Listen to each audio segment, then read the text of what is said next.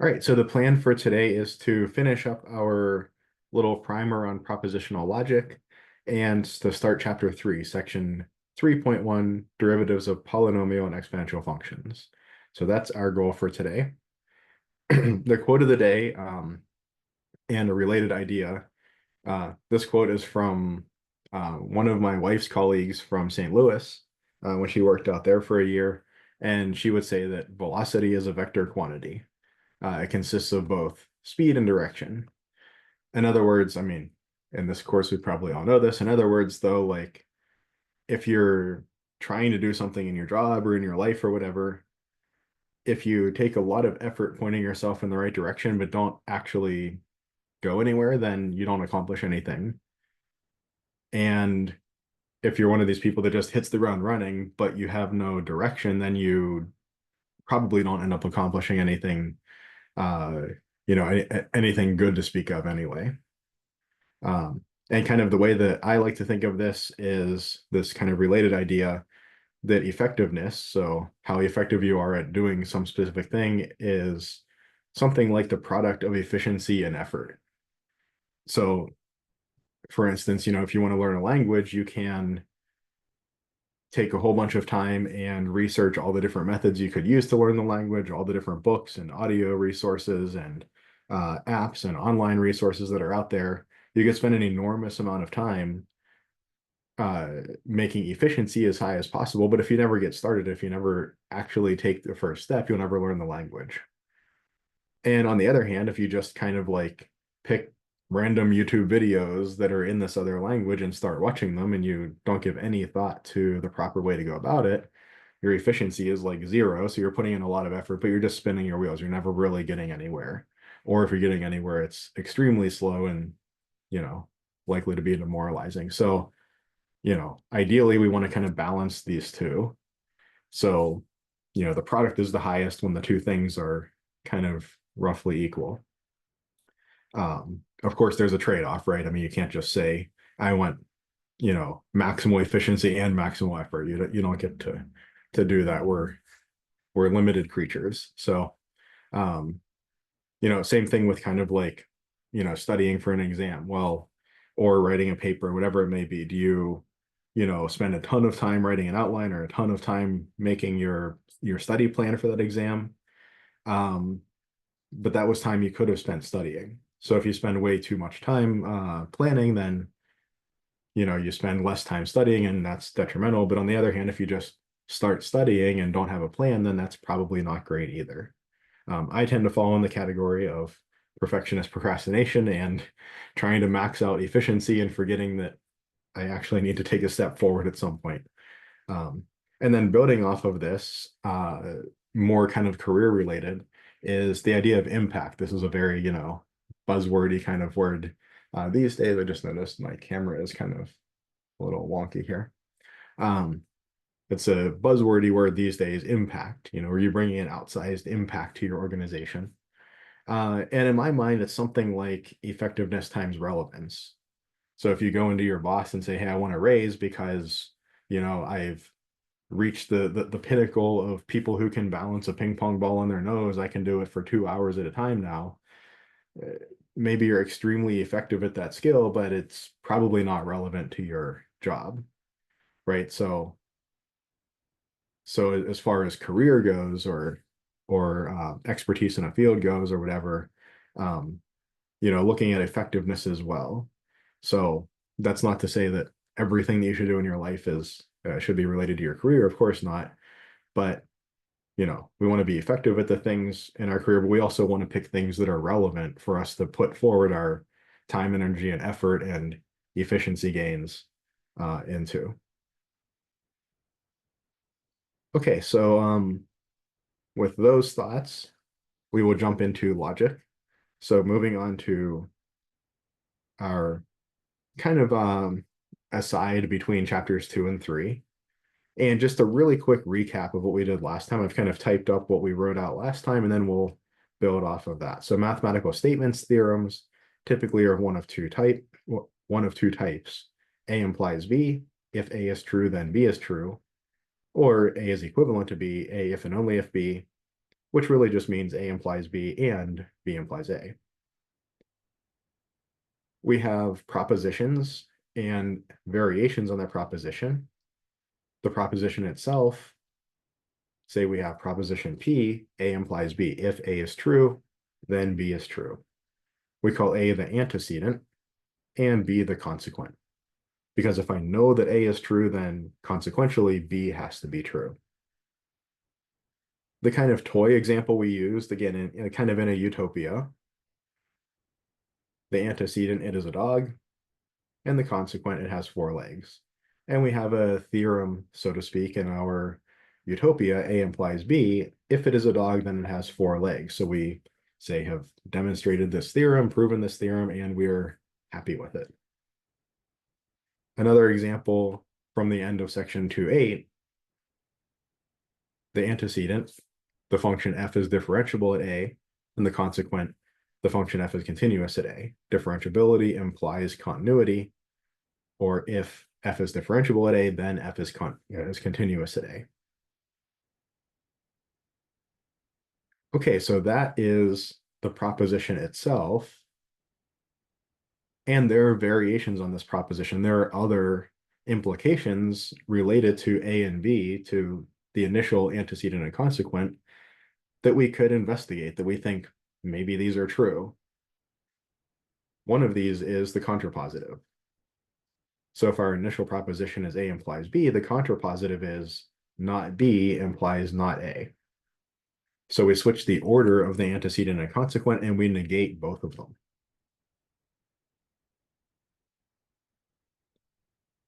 Sometimes in logic symbols, we write this something like this. Not B implies not A. Usually the little not sign is like in the middle of the line, but for whatever reason, the typesetting in the math font in OneNote puts it closer to the bottom of the line. So it looks a little funky, but not B implies not A. You might see it written like that.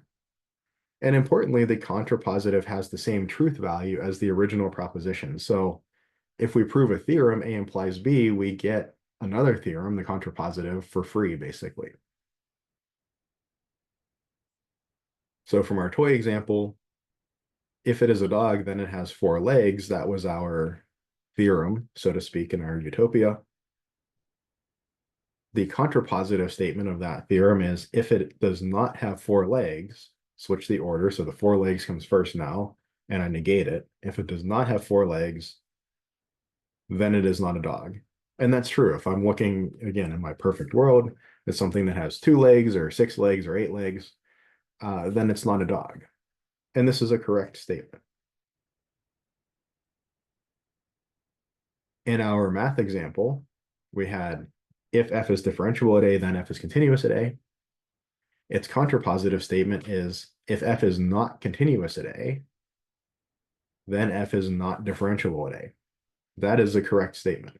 The contrapositive in general has the same truth value as the original proposition, but we're just giving some examples here where we can see that it has the same truth value. So this is a correct statement. So we kind of get this ancillary theorem, this corollary, maybe you could call it, for free. So we went through the work to prove this theorem carefully using limits and everything. We get this one for free. If f is not continuous at A, then f is not differentiable at A. It's the contrapositive of the theorem that we had carefully proven, so we know it's true. And there are 2 others that can come up, the converse and the inverse. And this is where we will pick up. So I have my original proposition. A implies B, or if A is true, then B is true. So the converse of the proposition, we actually move this window a little bit.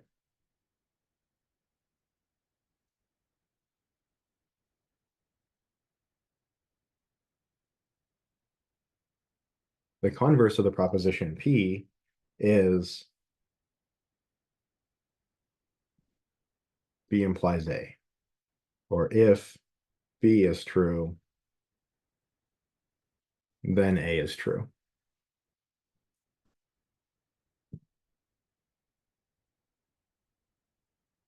So from our dogs and legs example, let's investigate this. We don't know if the converse is a valid consequence of the original proposition or not. So let's investigate it in a simple scenario. So we had our theorem. If it's a dog, then it has 4 legs. Is the converse of this theorem true? Is it true that if it has 4 legs, then it's a dog? Well, no, I mean, something could have 4 legs. It could be a cow or a deer or something like that.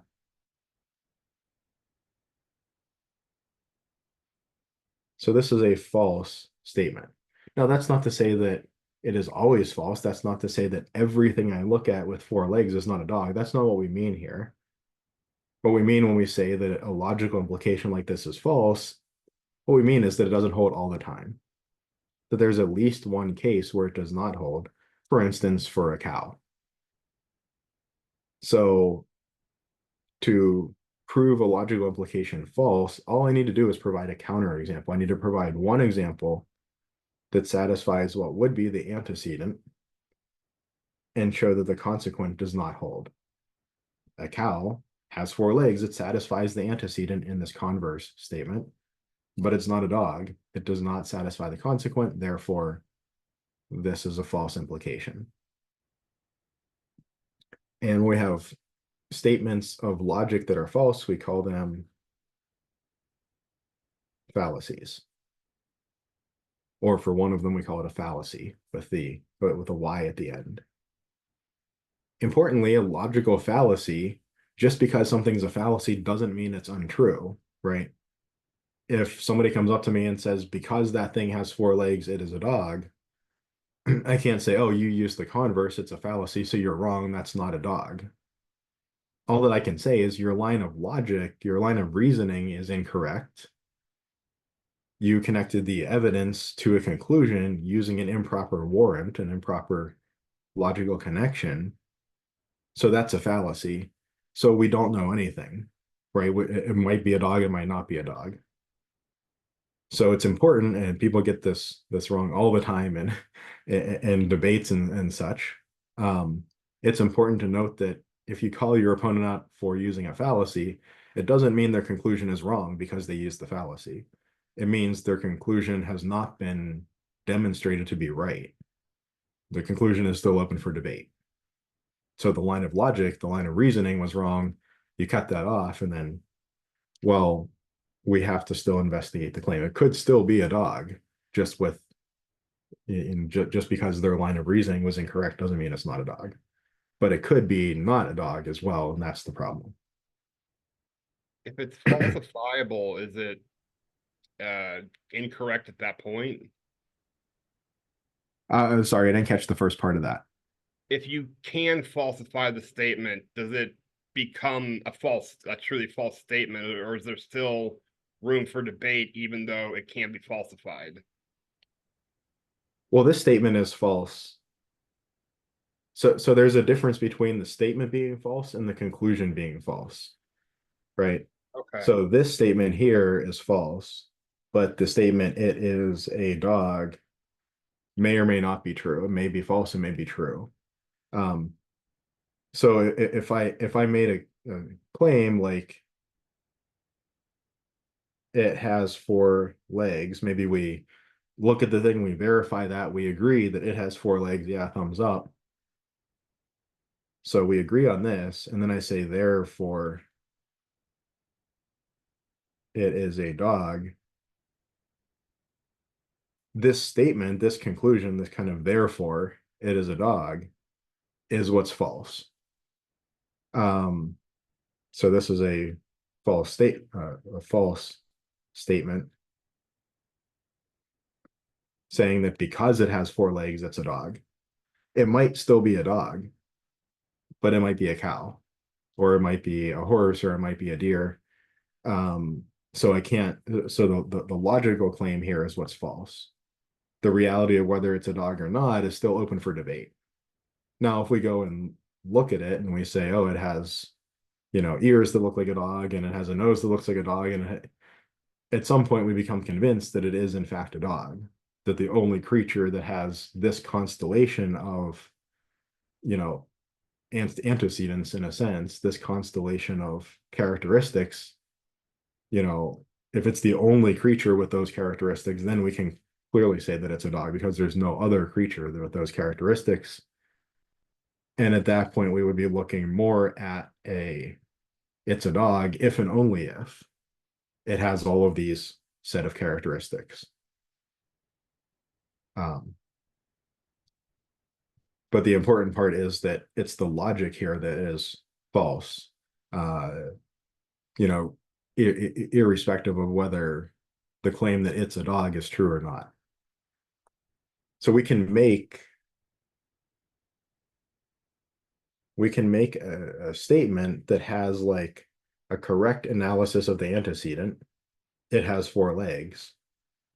Maybe even a correct analysis of the consequent. It is a dog. Maybe it turns out to be a dog. And maybe this happens a bunch of times. Maybe I'm at a, dog shelter or something, and I look at a bunch of things and they all have 4 legs and they're all dogs. And I say, hey, I propose a theorem. If it has 4 legs, then it's a dog.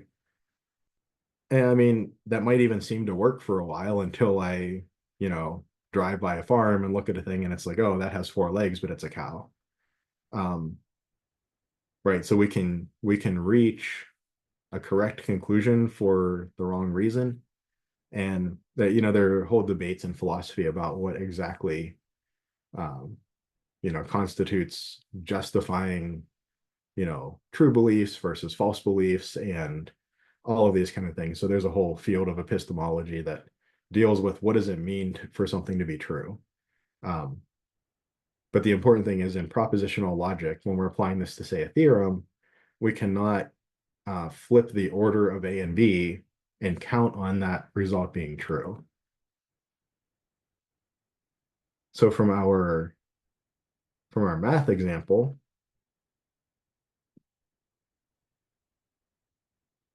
we have a similar structure, right? We have a theorem. We have an A implies B type theorem. Differentiability at a point implies continuity at that point. If F is differentiable at A, then it is continuous at A. But the converse,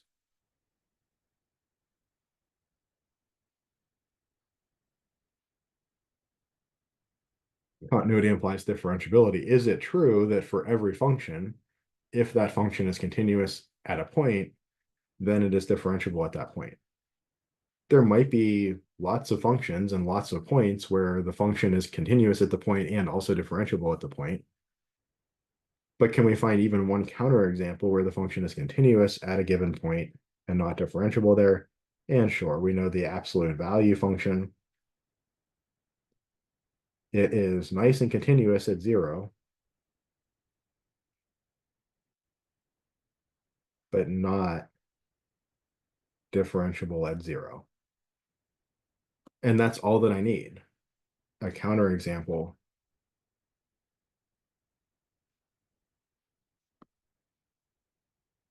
One case, one specific function at one specific point is all that I need to prove that this is a false statement. That if I have a continuous function, or if a function is continuous at a point, I cannot guarantee that it is differentiable at that point. It might be, maybe even a lot of times for a lot of the functions we deal with, it is, but I can't guarantee it. It's not a theorem. Right? So we might be tempted to say, if a function is continuous at a point, then it's differentiable at a point, but we see that that's not true. We can either remember that in general, or we can kind of, in the back of our mind, keep a dictionary of counterexamples. Like the function 1 over x provides lots and lots of counterexamples for lots of different things. So there are some kind of common functions and, that come up over and over in the counterexample world. And they're good to kind of remember because it boils having to remember this kind of abstract thing, that this is not correct in general, down to something very tangible. Well, I know a function that's continuous at a point not differentiable there. So continuity cannot imply differentiability because I've given a counterexample. I don't care if every other function in existence at every other point, uh, continuity implies differentiability, which is not true, but I don't care even if that was the case. I've shown this function at this point does not satisfy this. This cannot be a theorem. This cannot be true. So this is a theorem, but trying to use the converse, that does not result in a theorem. It does not result in a true statement. Okay, then what about the inverse? So again, just like above, I have a proposition A implies B.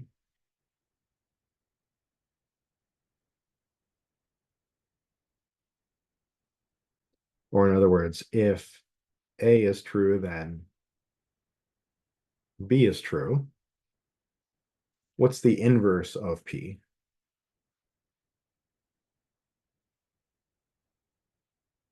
Well, that would be the statement that not A implies not B. Or if A is false,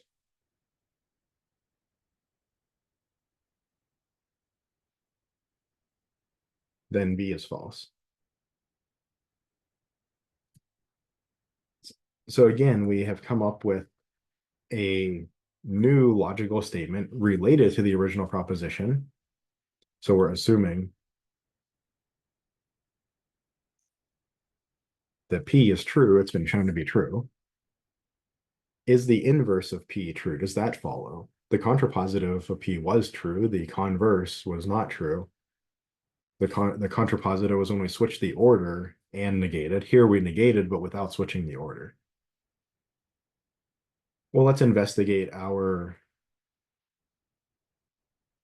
dogs and legs example. So we had a theorem. If it is a dog, then it has 4 legs. So I'm going to write it out a little more this time so that we clearly see the negation.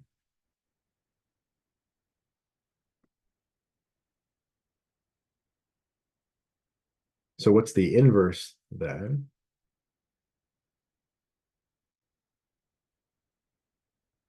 The inverse of P. This is theorem. We'll call it P for proposition P.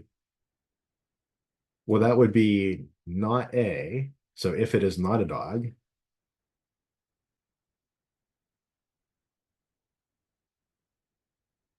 then not B. Then it does not have 4 legs.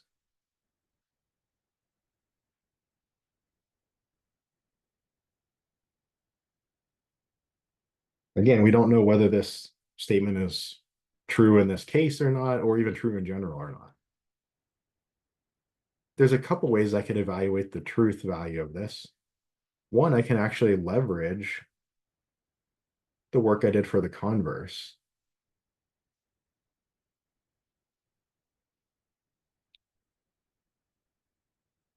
The converse is B implies A, right? The converse of this proposition A implies B is B implies A. The inverse of the same proposition is not A implies not B. This is actually the contrapositive of the converse of our original proposition P. Remember, the contrapositive of a statement has the same truth value as the original statement. We know the converse of a proposition is in general false. So therefore, this should be false. This should be a fallacy because it's the contrapositive of a statement that I've already shown is a fallacy, namely the converse. That's one way that I could see it. It's quite a bit more abstract. Another way, if I look at my examples here, well, if it's not a dog, then it does not have four legs. Does that hold in all cases, or can I find a counterexample? I mean, if it's not a dog, it could be a chicken and not have four legs, in which case our consequent is correct. But it could not be a dog and it could be a cow. And then it does have four legs, our consequent is incorrect. So we've satisfied the antecedent if it's a cow, it's not a dog. And we have not satisfied the consequent. So this is false. Example, a cow is not a dog, but it does have four legs. It does not have four legs. So the inverse in general is false as well. Or relating it back to our theorem. How did my order of my markers get messed up? I usually have green after blue. Okay. Relating it back to my theorem, and I'll write it out a little more verbosely this time.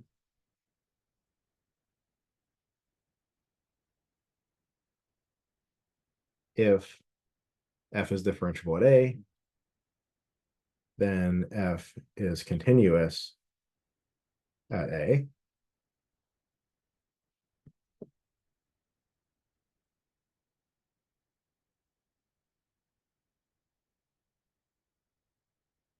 So this is like my original proposition P. The inverse is not A implies not B.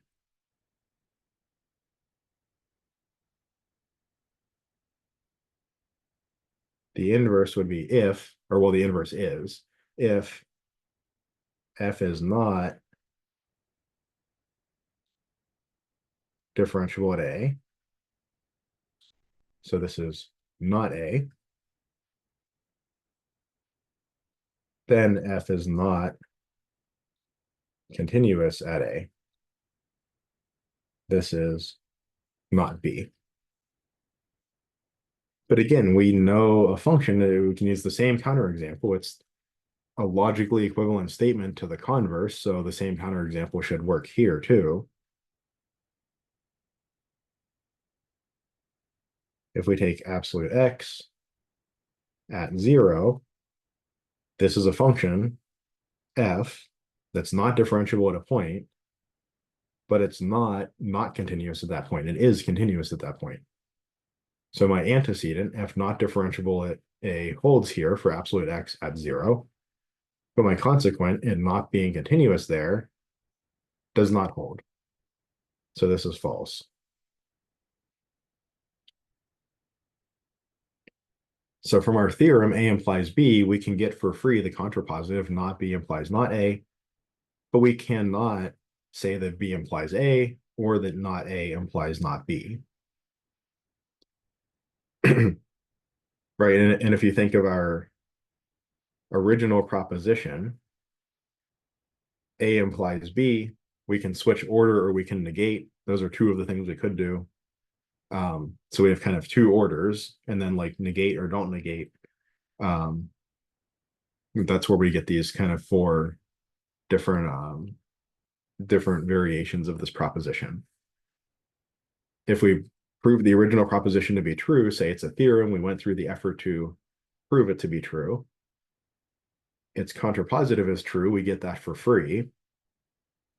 But we have to be very careful not to use the converse or the inverse as true theorems unless we went to extra effort to prove those separately.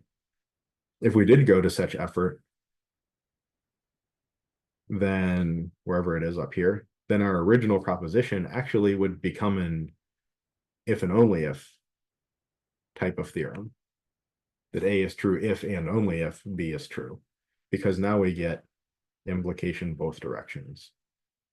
And there are some theorems that are if and only if theorems, but a lot of our theorems are unidirectional, like differentiability implies continuity. That is not an if and only if theorem. Okay. So what are some modes of argument? So we have the two like correct, let's say, modes of argument by modus ponens or modus ponendo ponens. This is the way that affirms by affirming. Or sometimes this is called affirming the antecedent. So I have proposition, let's say P1, A implies B, and we'll suppose that we're given this. So given that this is true, this is one of the premises of our argument. It's an assumption that we're making for the following argument. In mathematics, typically this would be a theorem that we've proven, or maybe a definition that we've provided. We said from this point on, when I say this word, this is what I mean. In some other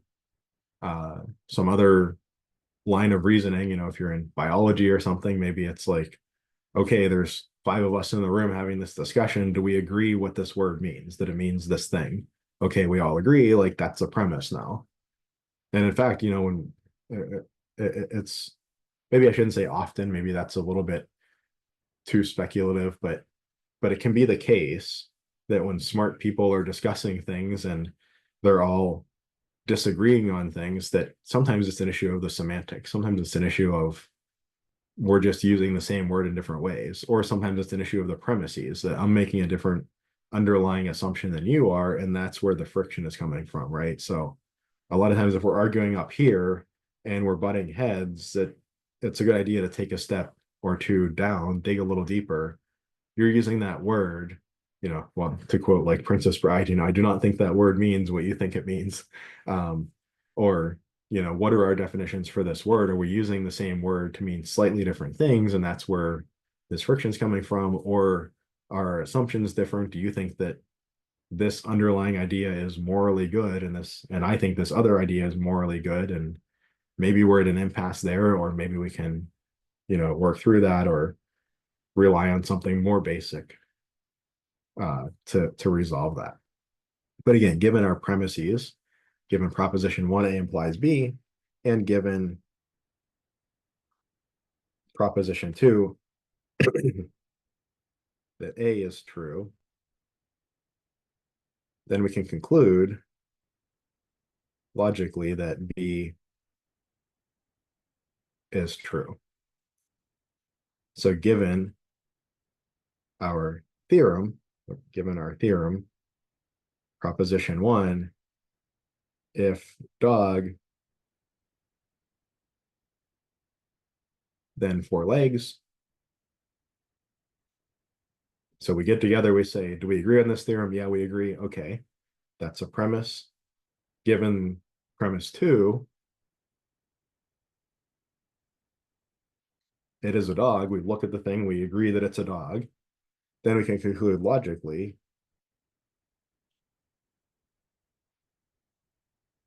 it has 4 legs, even if we couldn't see its number of legs. Again, keeping in mind that we're in our utopia here, right? I mean, in our real world, essentially nothing follows propositional logic to a T. But we can say then it has 4 legs. We could also argue by modus tollens, the way that denies by denying or denying the consequent. Here we're leveraging the fact that the contrapositive has the same truth value as the original statement. So given proposition 1, A implies B, note that also not B implies not A. That's a that's a conclusion we can make based on this initial proposition.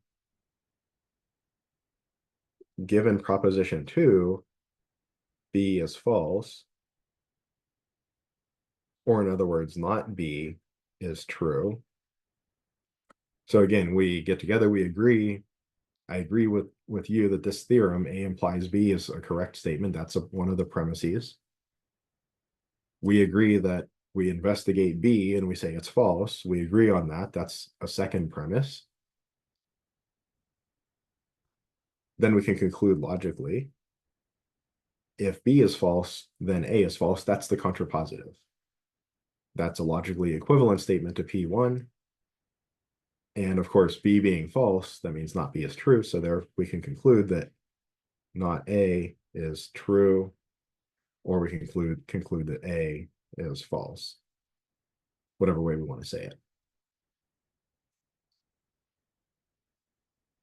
So this is denying the consequent because we're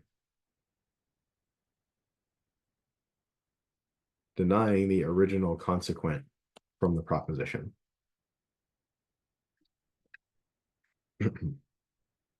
So for example, given P1,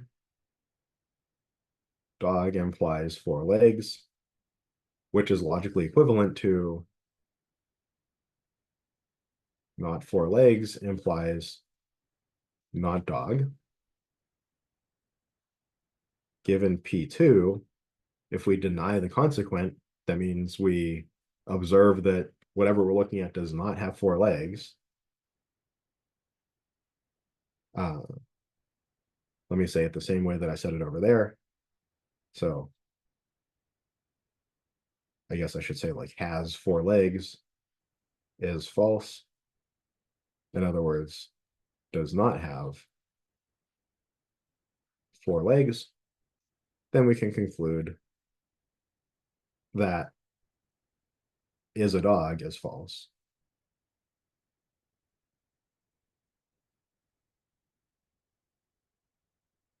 Or in other words, it is not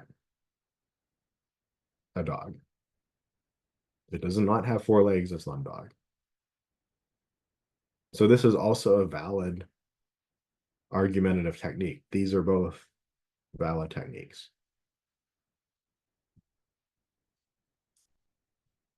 We could also have fallacious argument techniques. So we have the fallacy of the inverse, fallacy of the converse. These don't get fancy Latin names, so you can probably guess that they are not correct.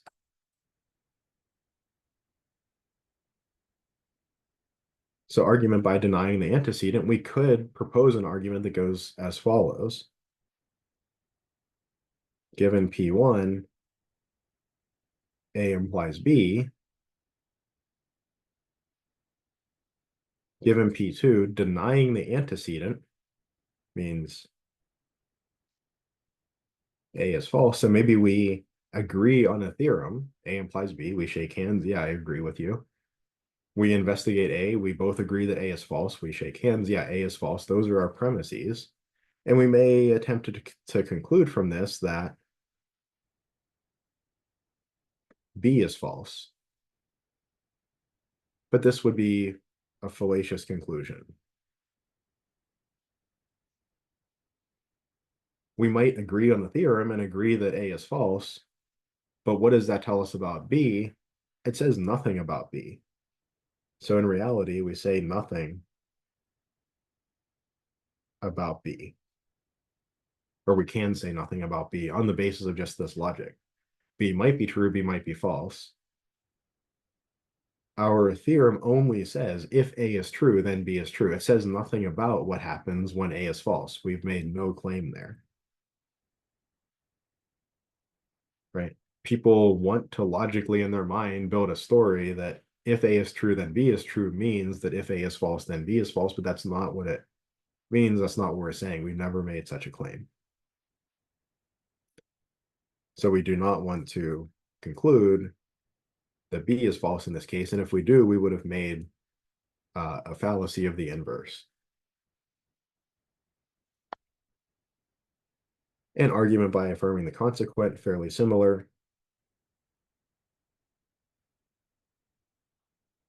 Given P1, A implies B.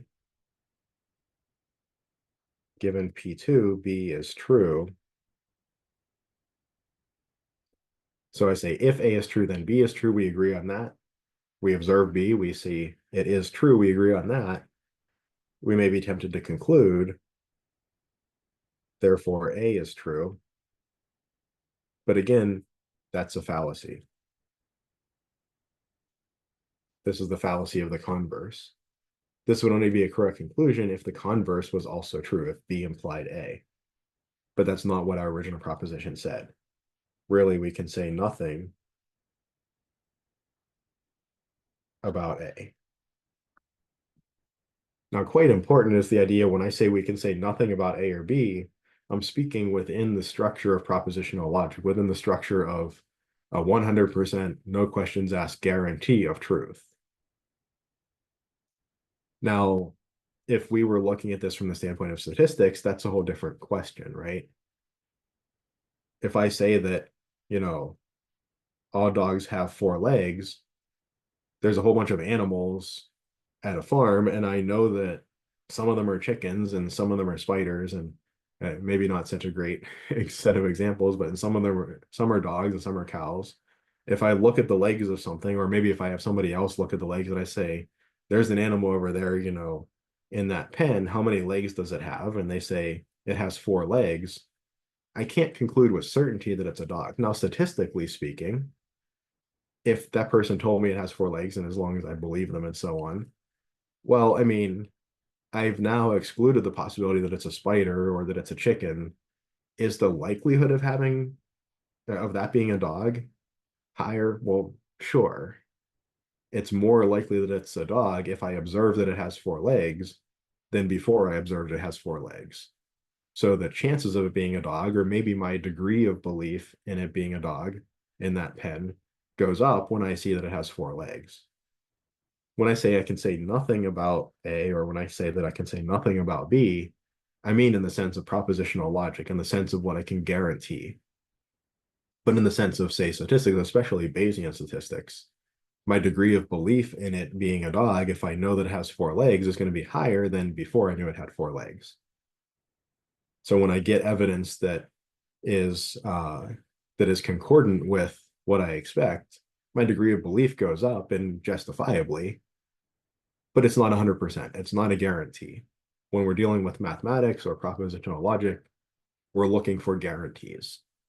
When we're dealing with statistics, we're looking for evidence in favor, evidence against, and how ought we proceed and what should our worldview look like. That's a different context. We kind of built in the examples from the last theorem of 2.8 into our discussion here, so we've already handled that. Any questions so far? Yeah, I have, just to make sure I'm following along here. Like, say Yeah, sure. you propose the theorem like all negative squares end up positive, or Mhm. something like that. Yeah. How would you then write that, like, given a negative multiplied by a negative is a positive, then make the claim?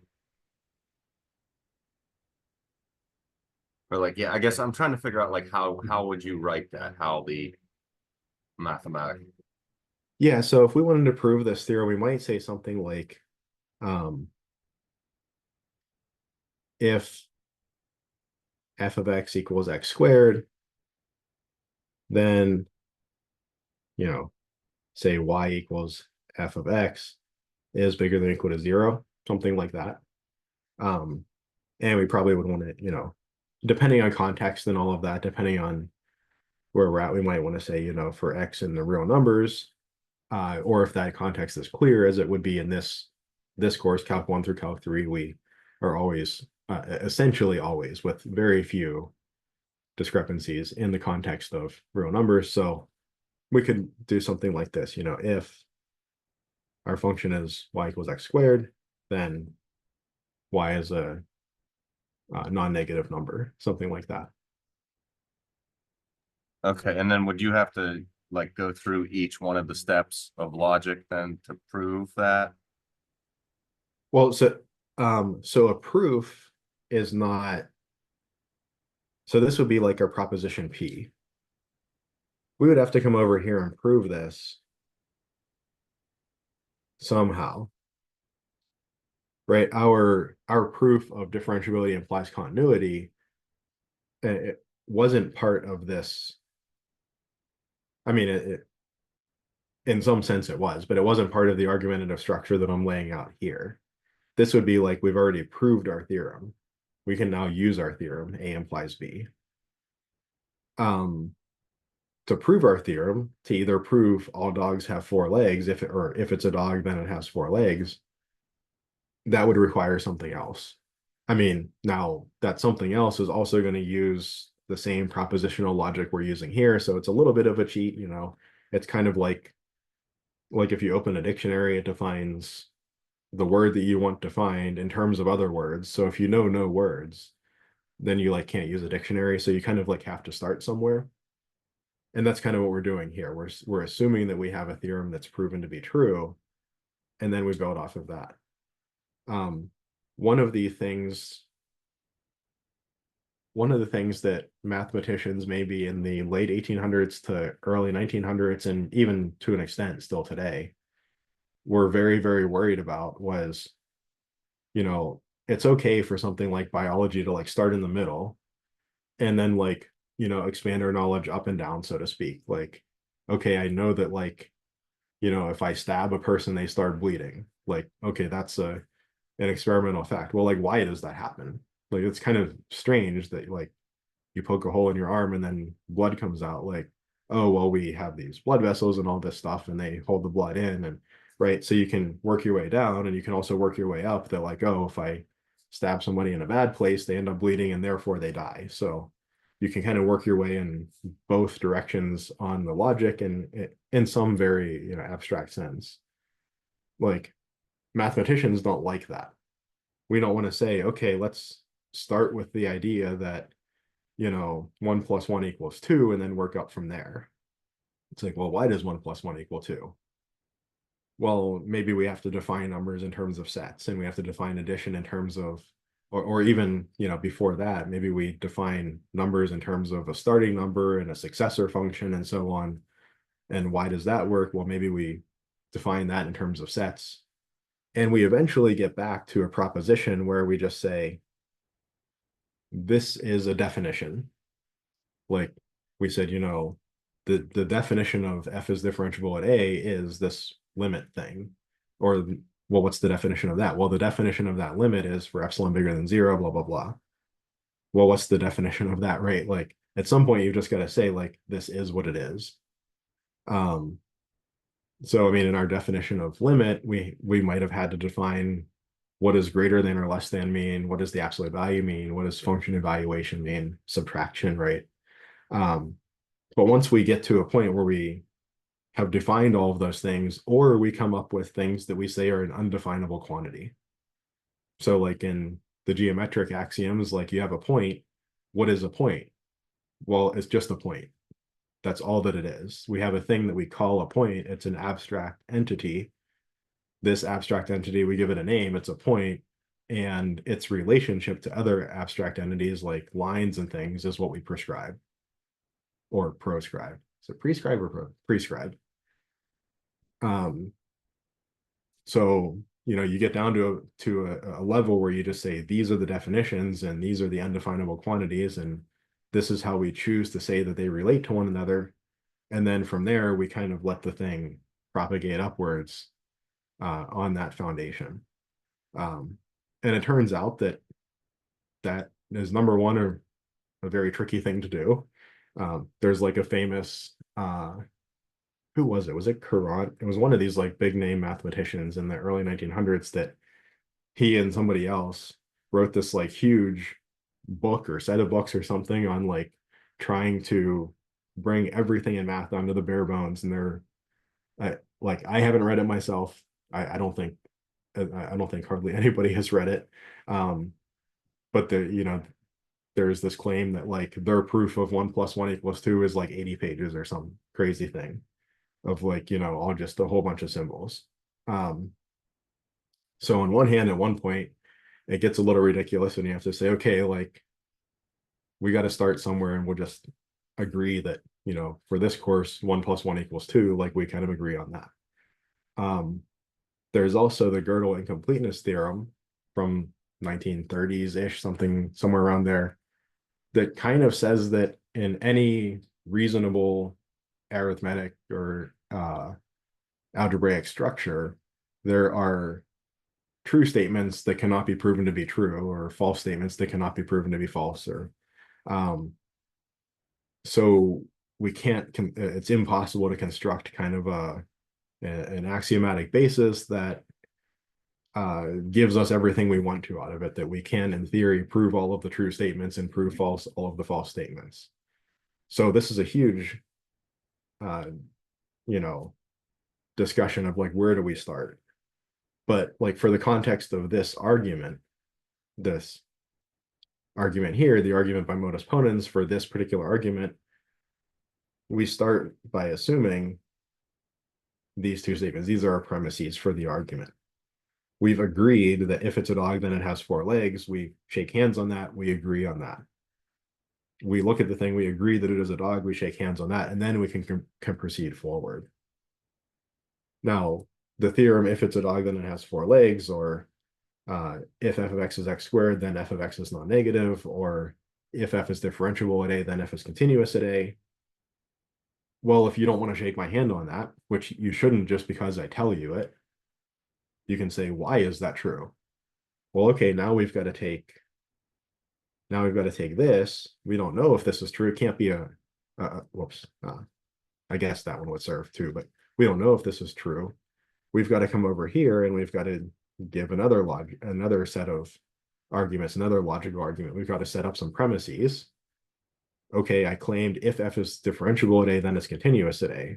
So now we say, you know, given or assume f differentiable at a, given the definition of differentiability, given things like how multiplication works, and given some other limit theorems, if we shake hands on all those things, we can do our theorem and then, or we can do our proof and then prove that f is continuous at a, and then we can use that here. But, you know, once we've proven the theorem, we can use it as a premise in future arguments. But that's a fair point, is like, if we haven't proven a theorem, then what does the proof look like? Well, essentially the proof would unpack to be like another argument like this or like this. One of the two. Yeah, good question though. Any other questions or thoughts?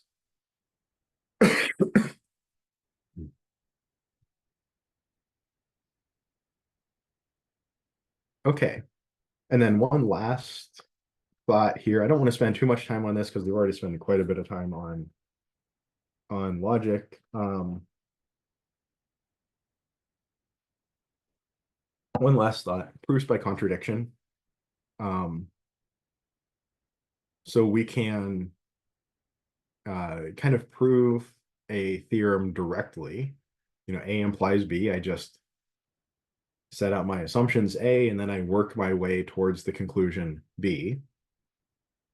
But a proof by contradiction looks like this. We want to prove, for instance, the statement A is true. So if I want to prove that A is true, one argumentative technique could be this. First, I assume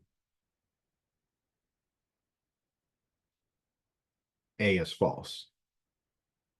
In other words, I assume not A. In other words, I take as a premise, as my first premise, that not A is true. Second, I demonstrate two things.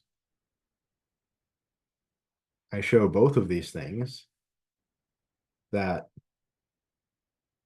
not A implies B for some other statement B, and that not A implies not B for that statement B. And presumably not B is not the same as B. So if A was false, if not A is true, then B must simultaneously, this other non-trivial statement must simultaneously be true and false. But in propositional logic, we don't allow a statement to be both true and false.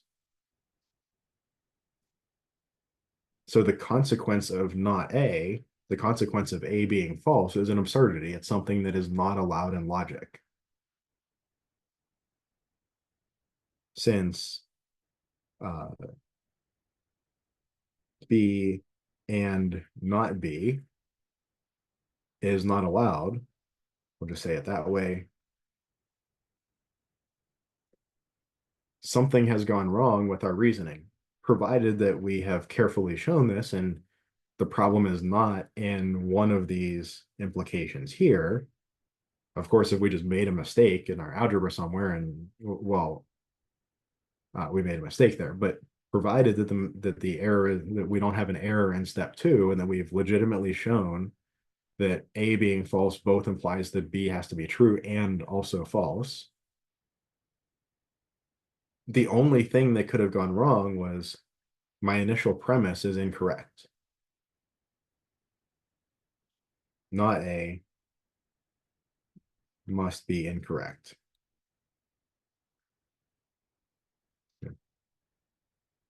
So my initial premise must be incorrect. Therefore, A is true. So this is argument by contradiction. There's another kind of related and somewhat more succinct way. We assume A is false. We show not, let me back up. We show that not A implies A. So if A is false, then it must be true. Note that this does not say that if A is true, then it must be false. It says if A is false, then it must be true. And then, therefore, A is true. So we could either start with the premise that A is true, and hey, well, now A is true, or we could start with the premise that A is false, but that implies that A must be true. So regardless of which premise we start with, we end up with A must be true, right? We get a contradiction here as well. So that is the idea of proof by contradiction. We're not going to go much further into it, but some examples. Uniqueness proofs often use this this trick. I want to show that, you know, an identity is unique. I want to show that 1 is the multiplicative identity in, you know, the real numbers and standard arithmetic. But I want to show there's no other multiplicative identity. Can I show that identities are unique? Well, I assume there's a second identity that's not the same as the first one. And I either reach an absurdity or I assume there's a second identity and don't assume it's not the first one. And I show that that second identity must be equal to the first one. So uniqueness proofs often proceed along these lines. Proofs of irrationality, probably the easiest example is square root of 2 is irrational. You start by assuming that square root of 2 is rational. Square root of 2 equals P over Q, where P and Q share no common factors, and P and Q are natural numbers, share no common factors. And then you proceed along these lines, and you show that if this is true, then P and Q must share a common factor. So we started off by assuming that they share no common factors. We can always reduce a fraction to its lowest terms. We can always divide out all common factors. But if we go and divide out all common factors, we can always get another common factor. Clearly, that's an absurdity. Square root of 2 must not be able to be written as P over Q then, where P and Q are natural numbers. So those are two examples, and this example is quite easy to follow. So if you want to see in practice a real example of proof by contradiction, just look up, you know, proof that square root of 2 is irrational, and you'll most likely come up with a proof that looks something like this. Okay, so any questions on logic?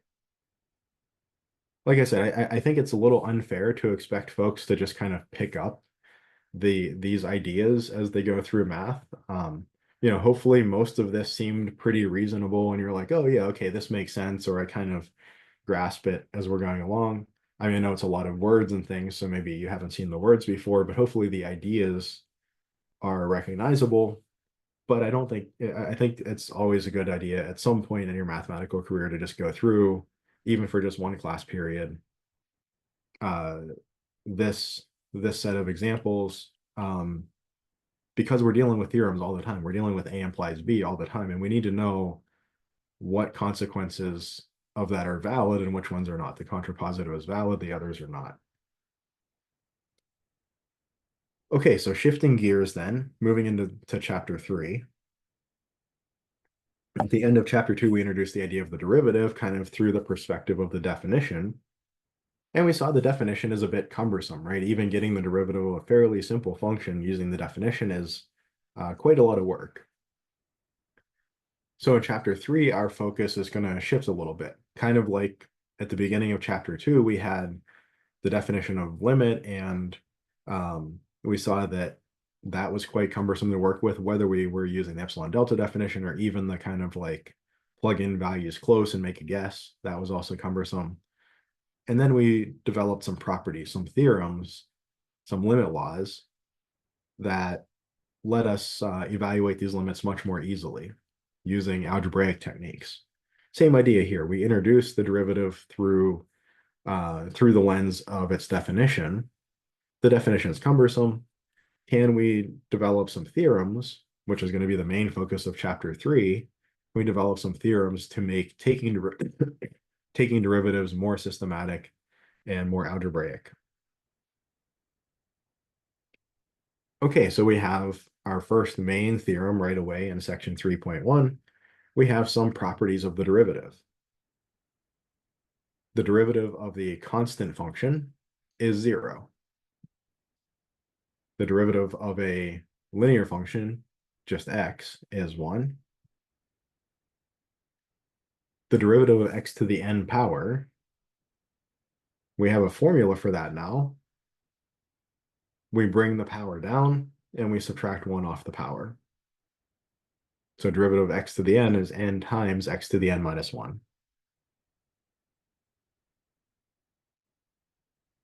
The derivative also has a couple nice properties that the derivative of a constant times a function, the constant can come out of the derivative. It's constant times the derivative of the function. And the derivative of the sum is the sum of the derivatives. Couple quick notes.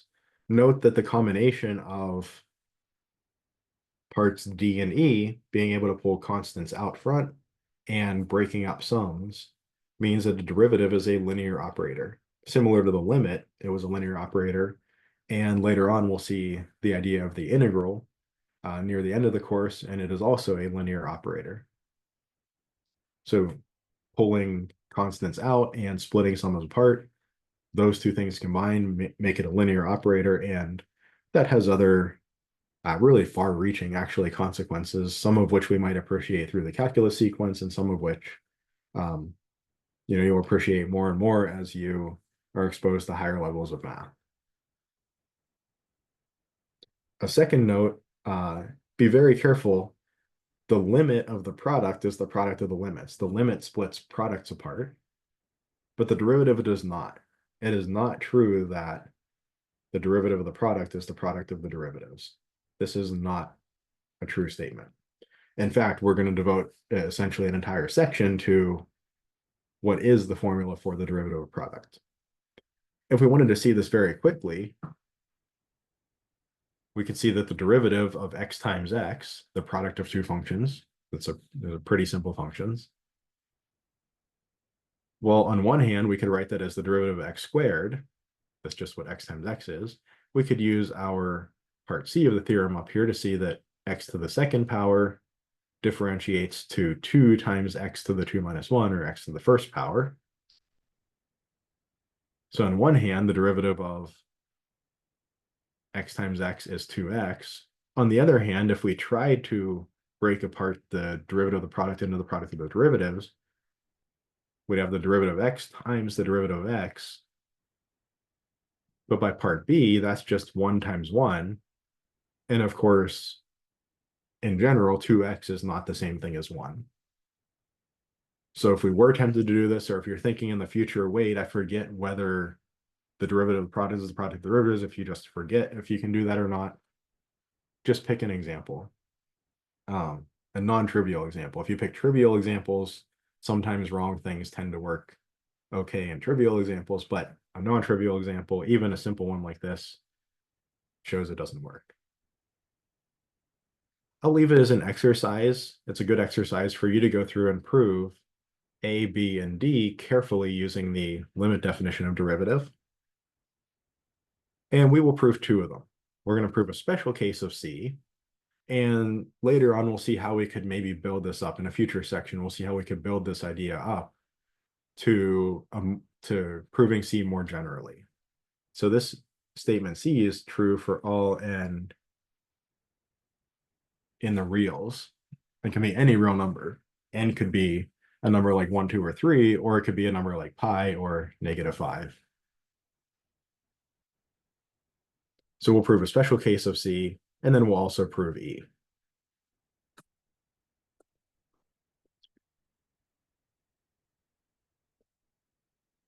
So we'll start with a proof of a special case of C where n is a natural number, where we're dealing with a power function like x to the first, x to the second, x to the third, something like that. So I want to show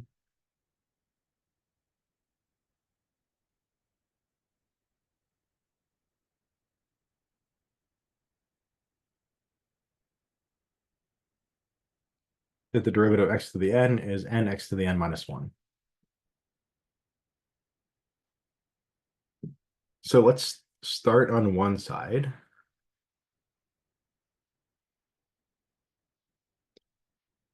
We'll say what the definition of the derivative is, and we'll try to work our way to the other side, to this here.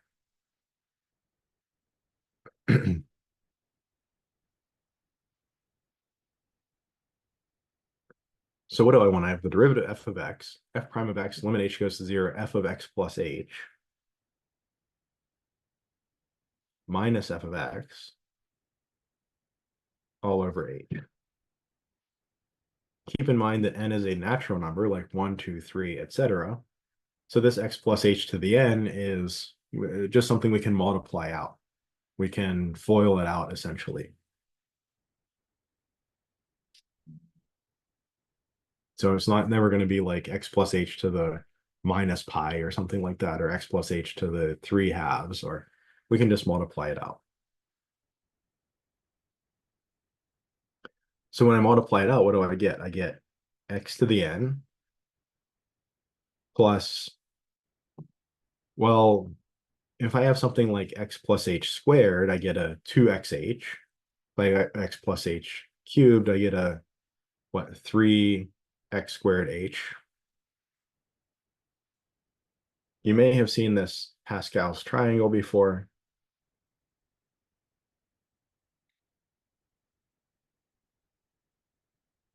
If you haven't, just Google Pascal's triangle.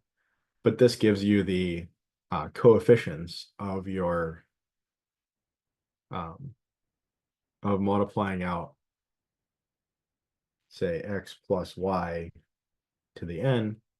When n is 0, when n is 1, I just get 1x plus 1y. When n is 2, I get 1x squared plus 2xy plus 1y squared. And the way that I construct Pascal's triangle is I add the 2 adjacent entries from above. When I'm on the edge, I just copy down a 1. So I copy down a 1, I add the 1 and the 2 to get a 3, I add the 1 and the 2 to get a 3, copy down a 1. Add 1 and 3 to get 4, I add 1 and 4 to get 5. Or for a general n, I see that n equals 2. When n equals 3, my coefficient of x to the n minus 1 is 3. When n is 4, I see that second coefficient is 4, and so on. So I get x to the n plus n x to the n minus 1.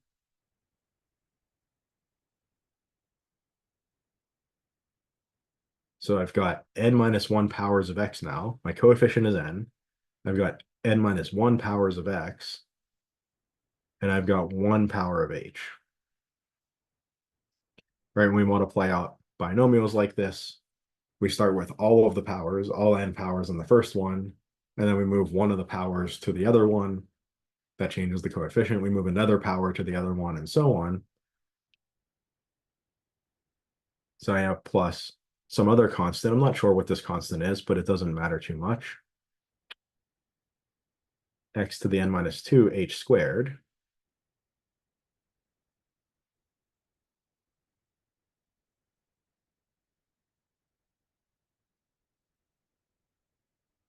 Plus some other constant. Maybe I'll call this k1 and k2, x to the n minus 3 h cubed.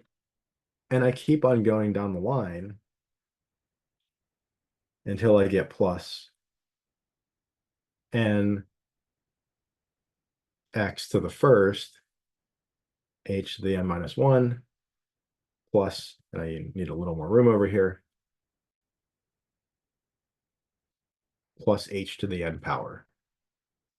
So I moved all of my powers from the x's over to the h's, and my my foiling, my multiplication of this power is done. Then I have minus x to the n.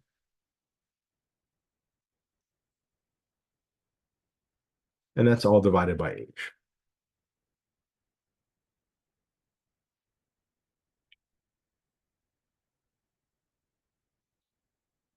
Okay, so what do I have here?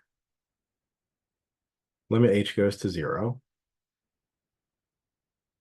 Well, one thing that I notice is my minus x to the n all the way here at the end cancels with the plus x to the n all the way at the beginning. They go away. I'm left with n x to the n minus 1 times h plus, and then I notice that everything from this point forward has at least an h squared in it. I can factor an h squared out.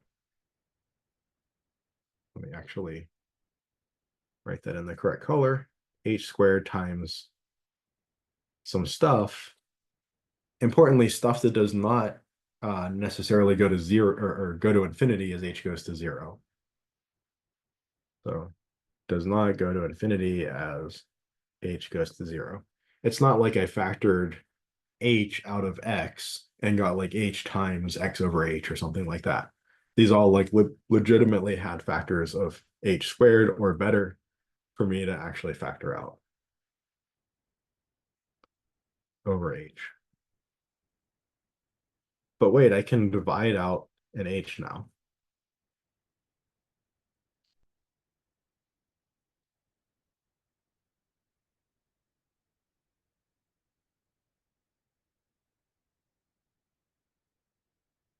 So this h divides out that h and divides out one of the two h's in front of the stuff.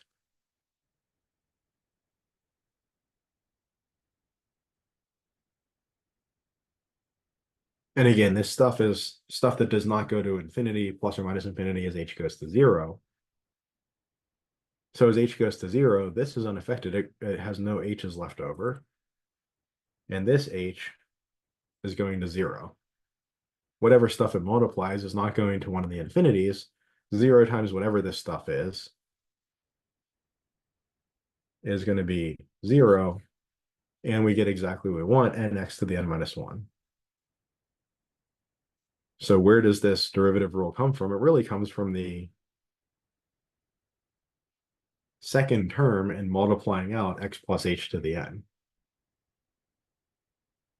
And it's really actually kind of cool that this generalizes so nicely to the rational numbers for n, so that say the positive rationals, to the negative integers, and even to all the reals. So we'll see why it should generalize to, say, positive rationals a little bit later in the course.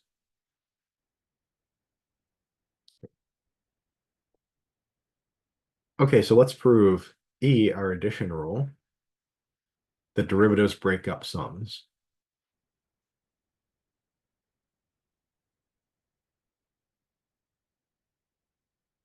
It's always good to start off by saying what we actually want to show.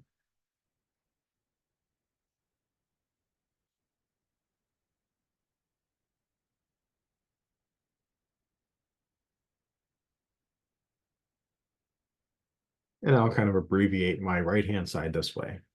The derivative of f of x plus g of x equals f prime of x plus g prime of x. So again, when I'm doing a proof, I usually start with the most complicated side, and I see the d by dx of f plus g. That looks a bit more complicated, and also I kind of immediately know what my first step's going to be, rewrite it in terms of the definition.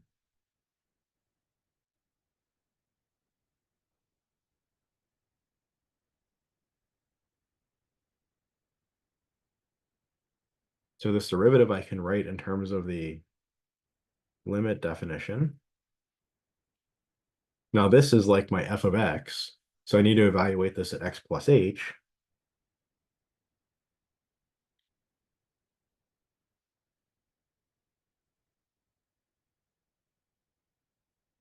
And then minus this stuff inside the derivative.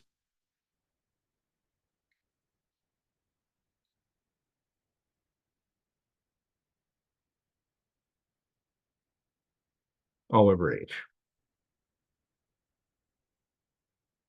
And I think I see pretty clearly what the goal is here. Rearrange stuff. Rely heavily on the fact that the limit of the sum is the sum of the limits, and break this apart into two limits, the sum of two limits, and proceed from there.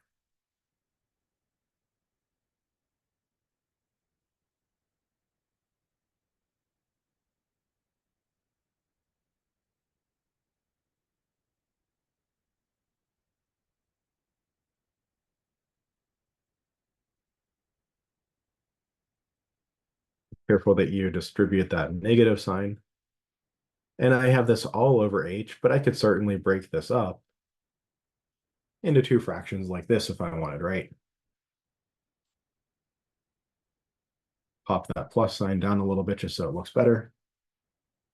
No issues doing this, just rearranging a couple of the order of a couple of the terms on the numerator, splitting into two fractions. The limit of the sum is the sum of the limits.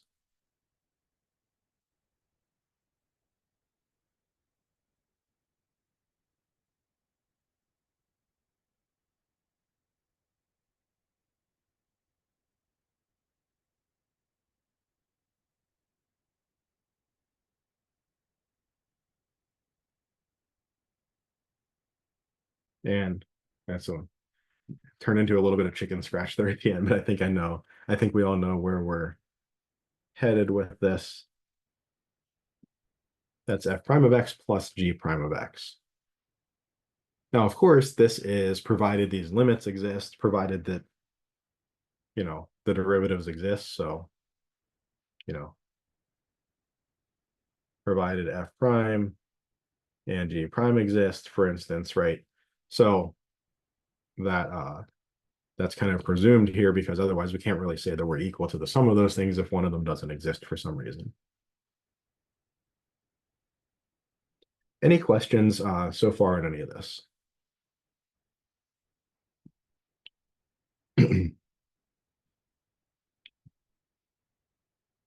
Okay, let me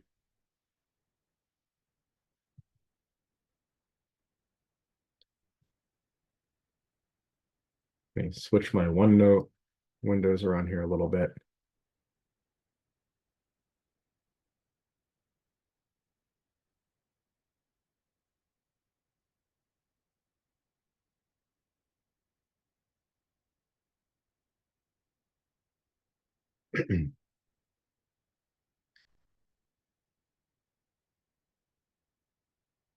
There we go. I have my notes in the other screen just to make sure that I don't forget to say something that I intended to say, but I think I got everything there, and we can move on to exponential functions. All right, so exponential functions. You might have seen exponential functions before. You might have worked with them quite a lot if you, either did some pre-calc before this course, or if you maybe were doing some engineering or even a little bit of stats or something, we use some exponential functions. But you might not have seen them before, and that's perfectly okay. So this is kind of a crash course in exponential functions. For some of you, this might be easy and just a review. For some of you, it might be new material. Either way is fine. So what is an exponential function? Well, if we have something like y equals x squared, this is a power function. We have a base that's x and an exponent of 2, and the variable is in the base. On the other hand, we can imagine a situation where we have a base and an exponent like this, 2 to the x. Here our base is 2 and our variable is in the exponent. Our exponent is x, our variable. An exponential function is any function that has a variable in the exponent. So this is an exponential function.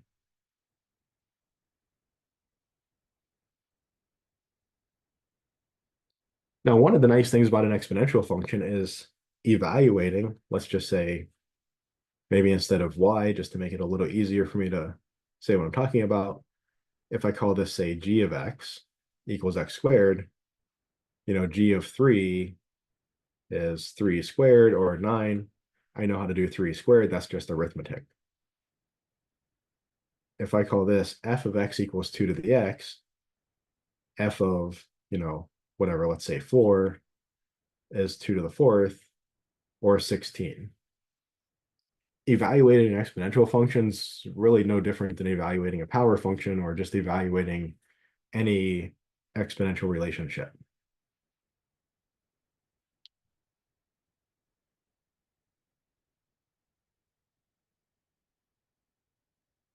My OneNote's starting to be crashy. Let me close this other instance of it. I don't know what it is with Microsoft products. I'm even on a Windows machine. When I was on a Mac, they ran so slow and so horribly. And even on a Windows machine, they tend to be very crashy. I think ever since they went to this new like Office 365 subscription crazy model, things are a little less stable. But okay. So let's take a look at f of x equals 2x. 2 to the x.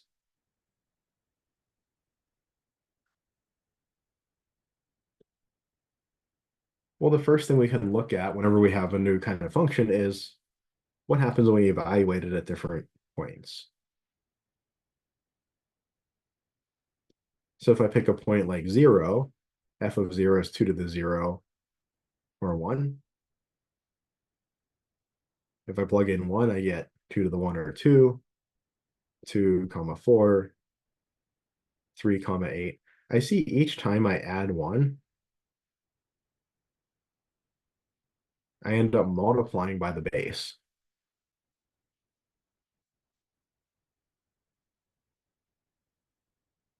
So this is an exponential relationship. Sometimes this is called a geometric progression. When I add 1 on the input, I multiply by a certain number on the output. If I subtract 1, I divide by a certain number then. So if I go up to -1 on the input, I'd expect to get 1/2 on the output, and indeed that's true. Right? 2 to the -1 is 1 over 2 to the first. Or if I plug in -2, that's 1/4 is the output. In fact, if I plug in larger and larger inputs, I get larger and larger outputs. If I plug in larger and larger negative inputs, I get outputs that seem to stay positive but get closer and closer to 0. Right? 2 to the -n is 1 over 2 to the n. If n is a big positive number, making -n a big negative number, then 1 over 2 to a big positive is like 1 over a big number. That's like a number close to 0 and a little bit positive.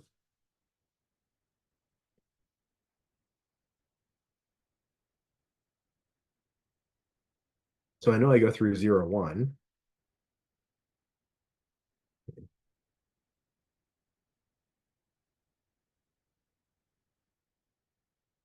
And in fact, I can probably guess that I go through 0, 1 for any exponential function, whether this was 3 to the x or 10 to the x or even something else.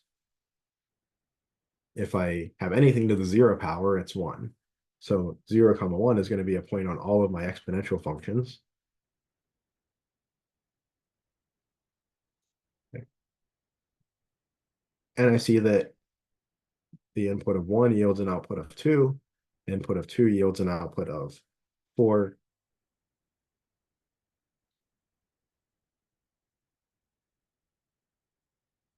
An input of -1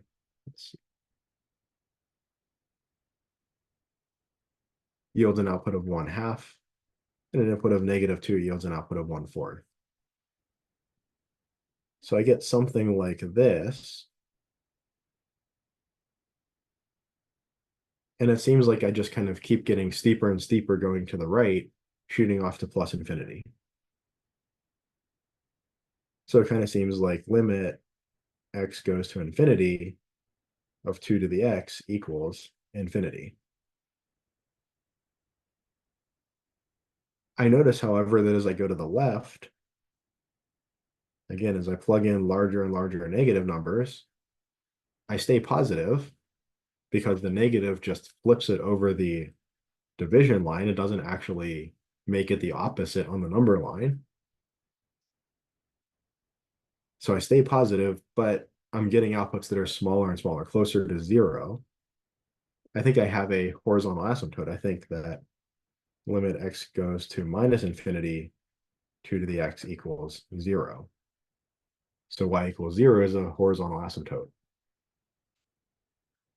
And in fact, I realized that 2 to the x is bigger than 0 for all x.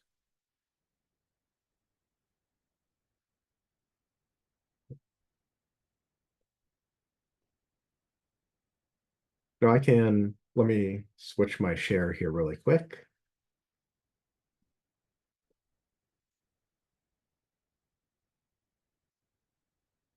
I can come over to my calculator,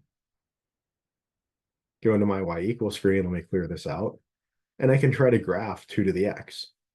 I can just take 2 as the base, use my caret to the power x. I just type it in the exact same way that I would type in x to the second power or x cubed or anything like that. I just use 2 as the base and x as the exponent. Let me go to my window, and I see this grows pretty quickly, so maybe I only want to do like -3 or -4 up to like +2 or 3. Maybe I go up to +3. And then my outputs, I expect them to be no smaller than 0, but let me go to like maybe -2 or something, just to make sure that there's nothing that pops up under there, that I didn't miss anything in my analysis. And then I think 2 cubed is 8. Let's go up to about 10 or so on the y max. So -4 to 3 for x, and y is -2 to 10. And if we graph this, we do see pretty much what we expected, right? It does look like it goes along that trajectory. Going to the left looks like we have that horizontal asymptote. It's getting closer and closer to 0 from above. And going to the right, it's shooting off to plus infinity.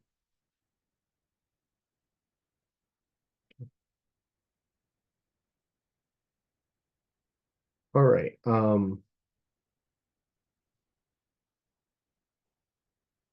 What if I had a similar function, but like say y equals 1/3 to the x?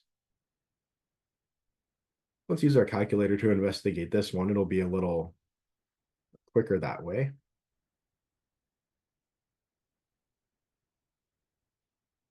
So I want 1/3 in parentheses to the power x. Since 1 to the x is just 1, it wouldn't be a big deal if you did 1 divided by 3 to the x. But we could have we could have had 2/3 in here or something as in the base. So let's just do it the right way for consistency. And let's again pick, a similar x range and maybe a similar y range as well. We'll see what happens. We'll just keep that same x and y min and max. And we actually see this is kind of reversed, almost like flipped over the y-axis.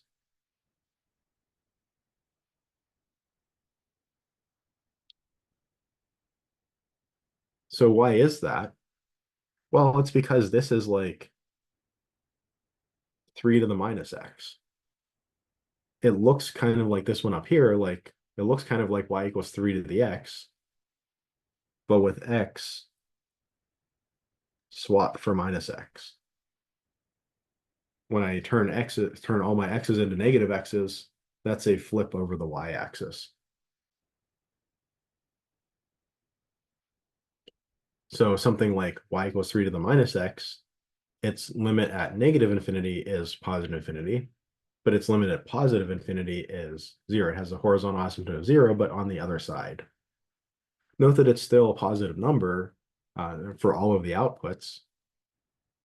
And it still has this characteristic where as I increase the exponent by 1, increase the input by 1, I multiply by the base, but here I multiply by 1/3 as I go off to the right, and I divide by 1/3, aka multiply by 3 as I go to the left. So we still have very similar characteristics as up here.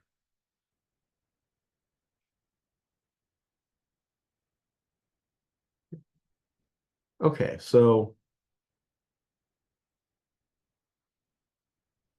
in general,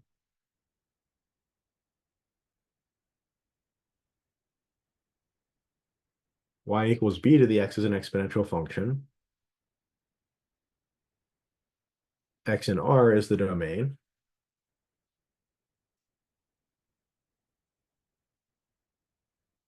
And the positive reals are the range.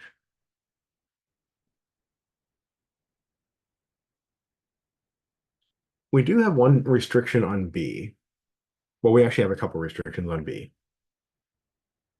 The first is I kind of don't want the base to be negative, because if I had like, if I had y equals like -2 to the x power, like -2 all to the power x, well, then if I plug in things like inputs of like 1/2 for square root, well, now I can't square root a negative. I have like all these holes in my graph. So I really don't want b to be negative,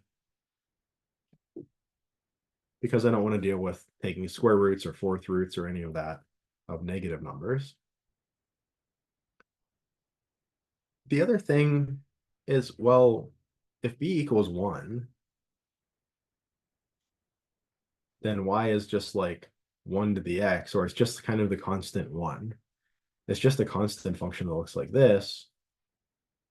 And as a constant function, it doesn't really have the same characteristics as all of the other exponentials. Like it doesn't shoot off to infinity on one side or go to 0 on the other side.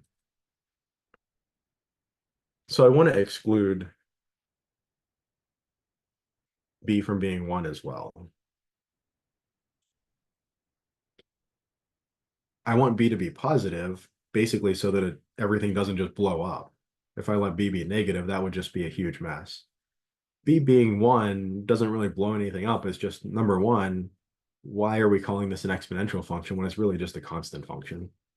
And number two, it just, now every time that we say something about exponential functions, we got to have all these special cases. Well, except when b equals 1, it doesn't do this. It is just a little silly. So b not equal 1, essentially for convenience, b positive, because otherwise things blow up.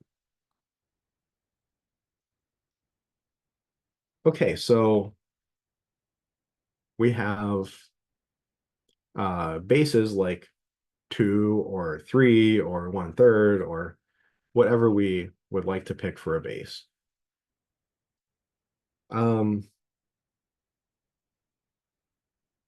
I think I'm going to tell you about an idea, and then we're going to investigate this idea next time. We don't have time to get through it today, but I just want to point it out. The natural exponential base, which we call e. So we can investigate y equals e to the x, where e is a number. It's kind of like pi. It's an irrational number, but it's actually more than that. It's a transcendental number. So it's not even you know, like square root of 2 is irrational, but x squared minus 2 it's an algebraic equation that has square root of 2 as its solution. Pi is a transcendental number. It's not the solution to any such algebraic equation. And same with E. E is approximately 2.71828 or so. I always like to think that like E is supposedly named after Euler. I don't know if Euler was the first one to compute it or figure it out or whatever. But if you go through the decimal expansion, the next 4 digits are actually 1828. I always like to imagine somebody sitting there at their candle light in the 1700s or something, you know, scribbling this out, probably the 1800s actually, scribbling this out and doing all of this work and getting one more decimal place of accuracy and then one more and getting really excited. They're like, oh, it's a rational number. But then it deviates. So this kind of 1828 repeats, but then it's not a rational number. Oh, it's 459, not 259. But yeah, so I always like to kind of imagine that somebody's sitting there by candlelight and they're like, oh man. And then like, wait, did I mess something up? Should it have repeated again? Should this have been a 1-8 again? And I screwed something up in my calculations. And before the days where we can just plug it into a calculator and have the answer in a second. But anyway, so there's this thing called the natural base E, this 2.718, etc. And the exponential function y equals e to the x is quite a special exponential function. A large reason is that it is its own derivative. The derivative of the function e to the x is e to the x. This actually makes it extremely useful for very applied problems like solving differential equations. It being its own derivative means that if we have an equation that relates a function to its derivatives, if we kind of like use e to the x kind of as a test function, then like all the derivatives also kind of look the same, and then we can kind of factor out an e to the x and do some stuff with that. So it's actually an incredibly useful and important property, making e to the x an extremely useful and important function. There are some other things that there are some more natural ways to get to this value of e, things like compound interest and so on, and that's kind of the route that we'll take next time. We'll look at e being kind of a limiting value for the compounding factor for compound interest. And from that, we'll kind of motivate a definition of the natural exponential number e. And then from that, we'll kind of we'll proceed forward with our discussion from there. So that will be where we'll pick up next time, and then we'll continue on with section 3.1. We have a few example questions here, move on to 3.2 and 3.3 on the product and quotient rules, and we'll be off to the races with derivative properties. So any questions on anything up to this point?